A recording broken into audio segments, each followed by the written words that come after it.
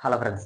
మన ఎస్ఎస్ఎంబి 29 నుంచి అయితే ఏ అప్డేట్స్ మనకు రావటం లేదురా అన్న విషయం నుంచి అయితే ఇప్పుడిప్పుడే మనం కోలుకోవచ్చు అనే విధంగా అయితే మనకైతే తెలుస్తుంది. ఎందుకు అంటే మూవీ టీమ్ అయితే నిజంగా చెప్పాలి అంటే ఓపెన్‌గా చెప్పేస్తున్నాను. మనకు ఒక్క అప్డేట్ కూడా ఇవ్వటం లేదు. మూవీ అదే ఫ్యాన్స్ మొత్తాన్ని కూడా ఏ విధంగా చూస్తున్నారో అర్థం చేసుకోండి మీరే. కానీ మన ఈ మూవీలో నటిస్తున్న హీరోయిన్ మాత్రం మనకైతే అలాంటి మరిన్ని అప్డేట్స్ అయితే ఇస్తూనే ఉంది. ఆమె ఎప్పుడు ఇన్‌స్టాగ్రామ్ ఓపెన్ చేసినా సరే, మనకైతే మంచి అప్డేట్స్ అయితే మన ముందుకైతే వచ్చేస్తున్నాయన్నమాట. మొన్నటికి మొన్నే బాలాజీ టెంపుల్‌కి వెళ్తున్నప్పుడు అతను ఆమె హీరోయిన్ కింద ఫిక్స్ అయినట్లయితే మనకైతే తెలిసిందన్నమాట. ఇప్పుడు మళ్ళీ తాజాగా ఇంకొక అప్డేట్ అయితే మన ముందుకైతే తీసుకువచ్చింది. అది ఏంటో కాదు. ఆమె అయితే రీసెంట్ గానే హైదరాబాద్‌లో అయితే అడుగుపెట్టినట్టు అదే విధంగా ఫైనల్లీ అనే విధంగా నవ్వు సింబల్ అయితే పెట్టిందన్నమాట. అంటే ఆమెకు సంబంధించిన షూట్ షెడ్యూల్స్ అయితే స్టార్ట్ అయ్యాయన్నమాట.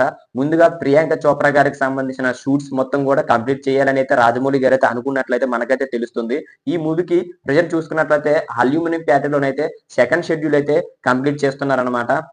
మరి ప్రియాంక చోప్రా గారు ఇన్ని రోజులు ఏమయ్యారంటే, వాళ్ళ బ్రదర్ మ్యారేజ్ కోసం అయితే కొద్దిగా టైం అయితే తీసుకోవడం జరిగింది.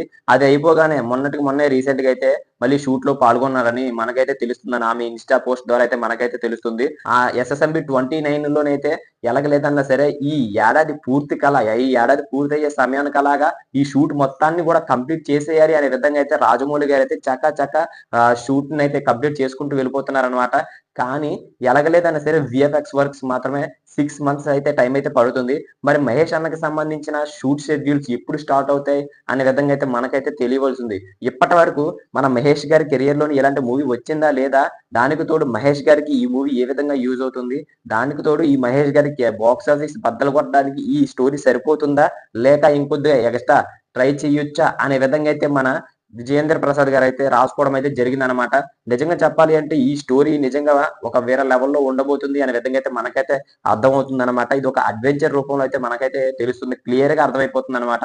మన మహేష్ అన్న గురించి గతంలోనే ఆఫ్రికా వెళ్లి మన గారు పరిశీలించిన మొత్తం అన్నీ గూడా మనకైతే తెలుస్తున్నాయి. అదే మొత్తం లొకేషన్స్ మొత్తం గూడా మనకైతే తెలిసిన విషయమే అన్నీ గూడా.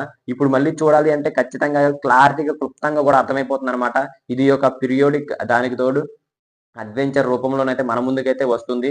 మరి ఎప్పుడు మీకు అప్డేట్స్ కావాలన్నా సరే ప్రియాంక చోప్రా గారి ఇన్‌స్టాగ్రామ్‌నైతే ఫాలో అయిపోండి. ఆమె అయితేనే మనకి కరెక్ట్‌గా అప్డేట్స్ అయితే ఇస్తుంది.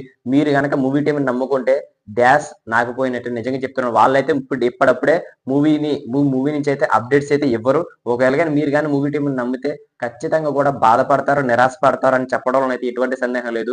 మరి ఇలాంటి మరిన్ని అప్డేట్స్ మీకు కావాలి అనుకుంటే మన ఛానెల్ సబ్స్క్రైబ్ చేసుకొని బెల్ ఐకాన్ అనేది క్లిక్ చేసుకోండి. అప్పుడే మనం పెట్టే ప్రతి వీడియో మీ వరకు చేరుకుంటుందన్నమాట. థాంక్